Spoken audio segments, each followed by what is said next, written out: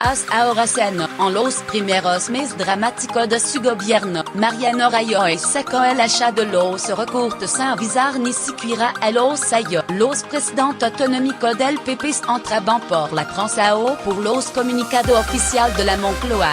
Una noche se anunció de forma inesperada y traicionera recortes de 10.000 millones en educación y sanidad para calmar a los mercados que habían situado la prima de riesgo española en los 400 puntos. Entre la cerrada protesta de sus presidentes de comunidad, Rajoy convocó una reunión para que la vicepresidenta y los ministros de Economía y Hacienda aclararan a los varones del PP que tenían que apretarse el cinturón sí o sí, asumiendo por tanto las consecuencias políticas en forma d'enfado ciudadano pointones en que entró celebrado en la sede del partido. Los presidentes autonómicos uno por uno echaron la culpa de los mal del gobierno a la política de comunicación. Con todo respeto, el equipo de comunicación de la Moncloa tiene que hacer una reflexión. Pido que seamos cuidadosos con los mensajes. No podemos culpar a los enfermos del elevado gasto sanitario. Nos estamos alejando de la gente. Tenemos un problema serio de comunicación. El gobierno lo está haciendo bien, pero no tenemos ni idea de cómo comunicarlo, con qué discurso. No sabemos explicar ni el cómo ni el por qué. No podemos ser un partido de tecnócratas. Tenemos que hacer política. En pasado se anode aquel trans. Mucha vicisitud y cambio en el sistema político español. El PP ha logrado conservar el gobierno, pero con una minoría parlamentaria que mantiene inerte su actuación política. No hay iniciativa legislativa, no hay reforma, ni siquiera hay presupuesto. Pero el debate en el PP y el mismo tecnocracia frente a política. Gobierno sin política y un partido sin gobierno. Mucho ministro con perfil funcionarial y sin pidca de gana de brigar sans el combat político. El mensaje que salió del último comité de dirección era el mismo que hace años. Lo hacemos bien, pero lo comunicamos mal. Sin embargo, esta vez las cosas van en serio. Todos los dirigentes del PP comparten la idea de que no puede haber buena comunicación si no hay política que comunicar, y no la hay.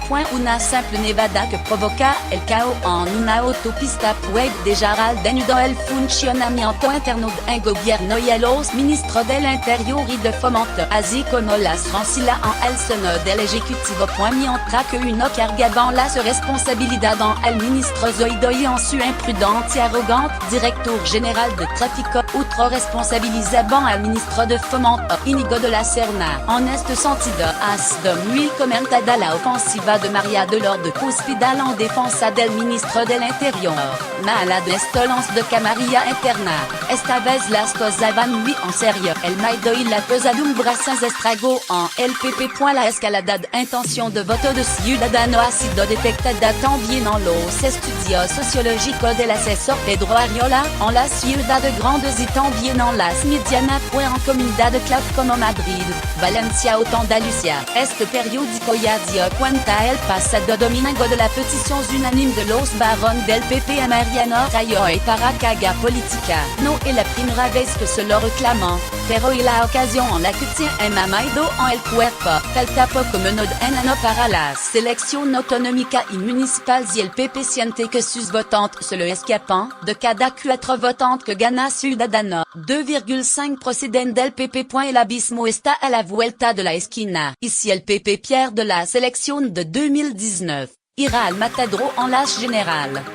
Cuando el transcurso de los días ha elevado el pesimismo interno. La mayoría de los dirigentes consultados por este diario consideran imprescindible un cambio de gobierno ibaroblico en la dirección del partido, pero también muestran su disposición al no apropiar en su presidente una actitud receptiva para proceder a un cambio de ministro. La tesis imperante es que Mariano Rajoy tiene una última bala, la última oportunidad de reaccionar para salvar al PP de la quema, haciendo política y cambiando las caras. Los más veteranos temen que el PP acabe siendo API Ciudadano se convierta en la UCD, lo cual, de suceder, bien podría calificarse de justicia poética. La reflexión, muy générale, Tued resumirazit en palabra de los propia dirigente del PP. La fortaleza de Ciudadano a $110 alarma.ion que sigue siendo imposible que gane la selección.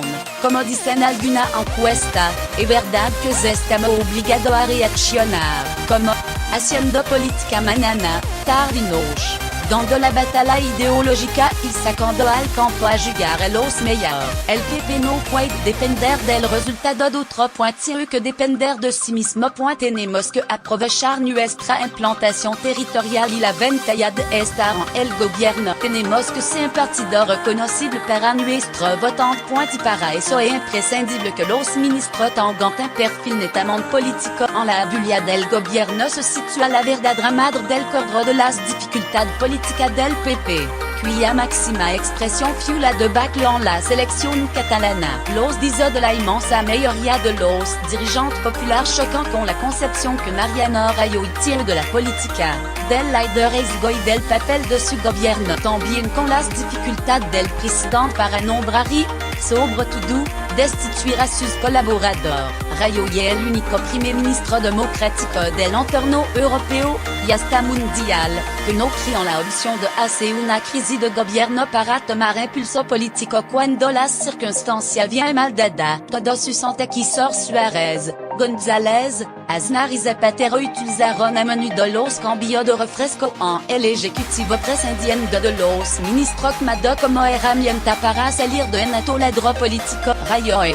sin embargo, si entra obviado esta posibilidad sus colaboradores aseguran que la resistante originalidad de su presidente se debe a que prefiere ministro que hagan buenos informes técnicos de la materia que corresponda a otro que tenga una proacción política. Tampoco se ha atrevido el líder del PP a abordar el ya casi eterno problema político en la dirección del partido y la ausencia de una secretaria general a tiempo completo. María Dolores Cospedal compatibiliza el puesto con el Ministerio de Defensa y la presidencia del PP de Castilla-La Mancha. Muchos dirigentes del PP que reclaman este cambio vuelven sus ojos hacia el líder como el presidente gallego Alberto Núñez Feijóo o actual líder del PP vasco Alfonso Alonso, dos personas que considerarían adecuada para incorporarse al gobierno y dar obligo a la dirección del PP. La esperanza de que Mariano Rajoy anunciara cambio en su equipo mañana en la junta directiva del PP ha quedado frustrada. Como mucho cambiará su jefe de gabinete.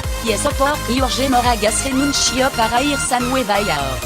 Según todas las fuentes, el presidente del PP optará por anunciar las tradicionales convenciones de partido en las que se pretende actualizar la oferta programática e ideológica, y quizá por adelantar la elección de candidato a las municipales. Algo que a toda luz se considera insuficiente en el PP para hacer frente al empuje de Ciudadano. Acostumbrado siempre a armar contra corriente, Mariano Rajoy pedirá confianza a los suyos en su visión de la jugada. Con un argumento definitivo de que hasta ahora, no le ha ido mal poner el point entre los elementos positivos con los que trabaja la dirección del PP están los estudios demoscópicos en los que Rajoy es el líder más valorado por los votantes del partido, por supuesto en comparación con los de otras formaciones como Albert Rivera, pero también en relación con otros dirigentes del PP, como por ejemplo Alberto Núñez Feijóo.